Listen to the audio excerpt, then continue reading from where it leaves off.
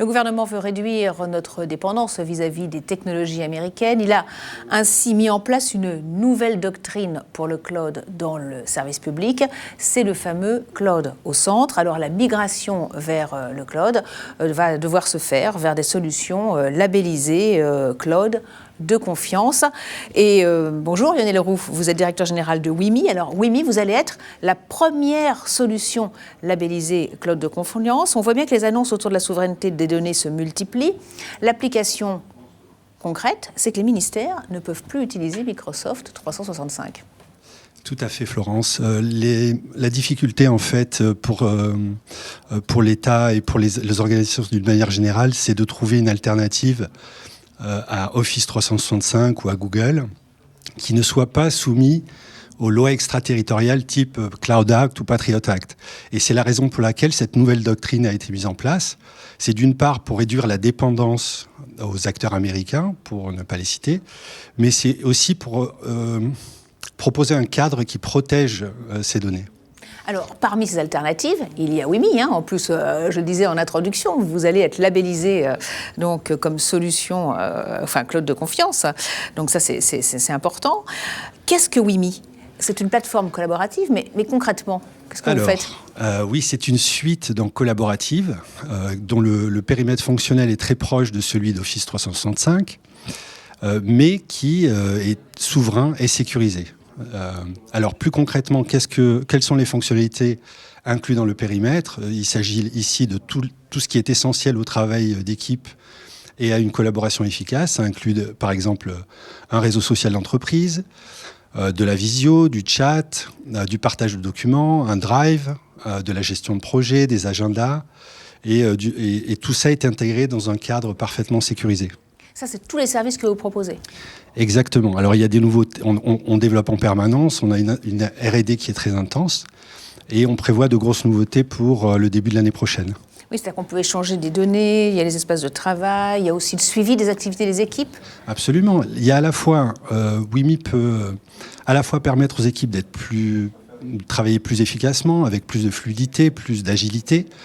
Mais la plateforme permet aussi un meilleur contrôle sur ce qui se passe, une meilleure transparence, un meilleur cloisonnement aussi des données, pour que tout le monde n'ait pas accès forcément à l'intégralité des données, mais seulement à celles qui le concernent. Quelle différence avec Microsoft 365, par exemple, au niveau des services proposés Alors, au niveau des services proposés, je dirais que nous avons fait le choix de nous adapter beaucoup à la manière dont sont organisées les sociétés ou les organisations publiques, et notamment celles qui le sont en mode projet. Dans la suite Microsoft, en fait, vous trouvez beaucoup d'outils, mais qui sont généralement proposés à plat, alors que nous, on les encapsule directement dans ce qu'on appelle des espaces de travail qui sont généralement liés à un projet. Donc vraiment adapté au service public. D'ailleurs, vous êtes imposé comme le prestataire du service public. Alors, vous êtes utilisé par qui aujourd'hui dans le service public ? Alors, on ne peut pas tous les citer. On sert aujourd'hui plus de 55 000 organisations. Mais dans la sphère publique, on sert beaucoup de collectivités locales. On sert aussi des agences nationales. On est très fiers de servir l'Assemblée nationale et également plusieurs ministères, dont certains régaliens. Oui, pas mal de ministères aussi, oui. Alors concrètement, parce que c'est ça, comment est-ce que vous accompagnez ces différents acteurs publics ? Alors vous faites bien de le souligner, il y a l'outil, il y a la plateforme numérique, mais ça suffit, parfois ça ne suffit pas. Il faut également proposer un accompagnement. Et chez WIMI, donc, nous proposons un accompagnement qui est fait sur mesure pour chaque organisation, ses spécificités et ses cas d'usage. Un exemple, par exemple ? Eh bien, par exemple, les services d'information du gouvernement avaient besoin d'équiper plusieurs départements et nous avons pris soin de structurer leurs comptes pour servir chacun des métiers qui composent l'activité du SIG.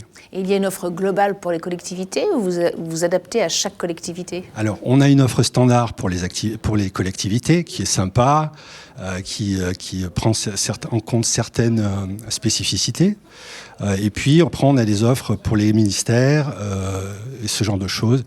On a la possibilité aussi de faire de la personnalisation d'interface. On peut rajouter des services qui peuvent être très utilisés, des services métiers qui peuvent être très utilisés, puisque la solution dispose d'API.